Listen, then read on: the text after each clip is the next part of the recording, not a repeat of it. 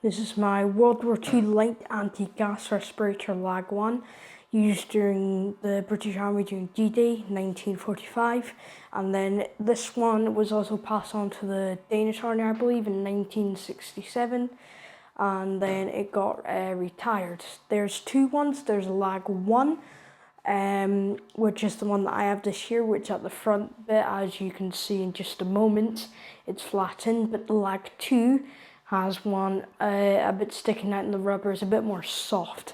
This one comes with the standard military bag at that time. It also came with an anti-dimming kit, and that leaflet there is from the Danish Army, dated 1967, and then that's just a filter's cap. That isn't the original filter.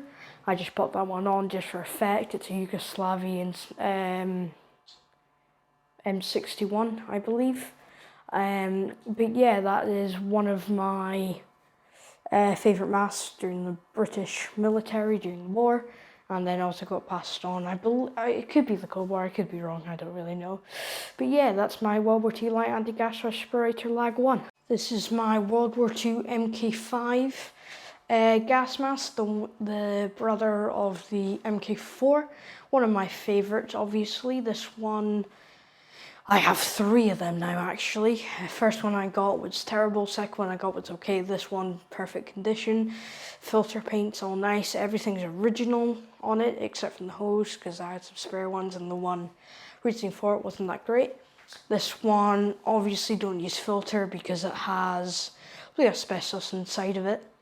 But yeah, this a bit different than the Mark IV. This one does not have stocking in it, and it also has a speech diaphragm. It can also be a specialty mic, but it looks like it, especially with the hose wise. I don't have a bag for it, sadly, and nothing else, but it will also be issued with the anti-dimming kit as the World War II light anti-gas respirator.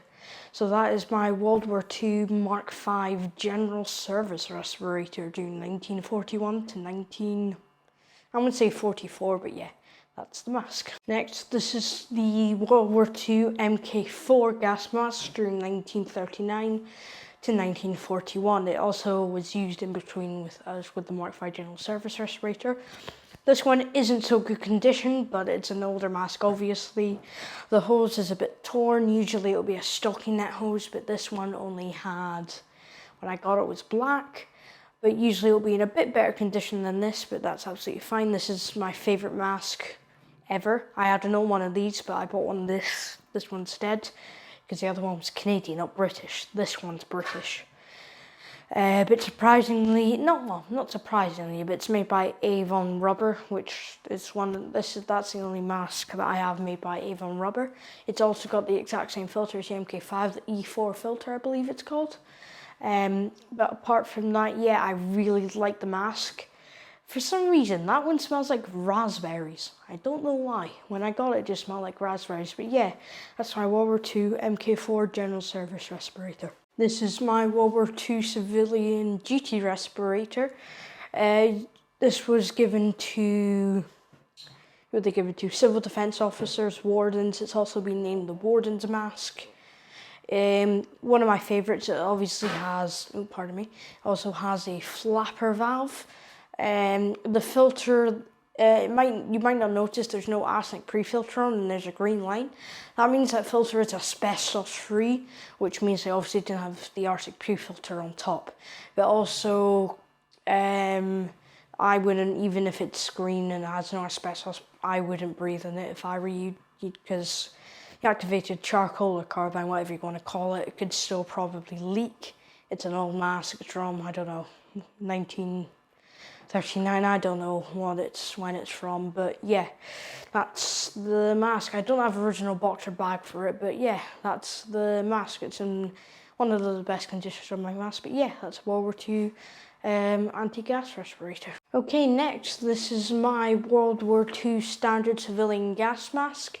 This one was quite nice because I got it for £5, believe it or not. Perfect filter, perfect box, not so much just now.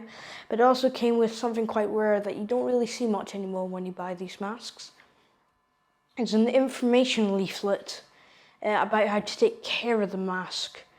But yeah, nothing really else to say if it's thin rubber. But yeah, that's my standard World War II civilian gas mask.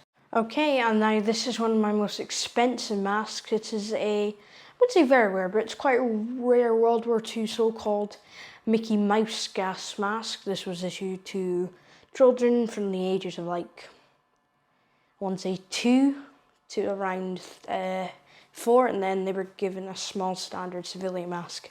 Surprisingly, this mask is actually more protective than the adult civilian mask, but it's a very nice mask, quite rare, especially in the US, but I obviously don't live there, but that's one of my masks. It's also got labeled who had it during the war, Linda something. But yeah, that's my World War II so-called Mickey Mouse gas mask. But yeah, I hope you enjoyed this video. If you did, please comment, like, subscribe, and I'll see you next time. Bye.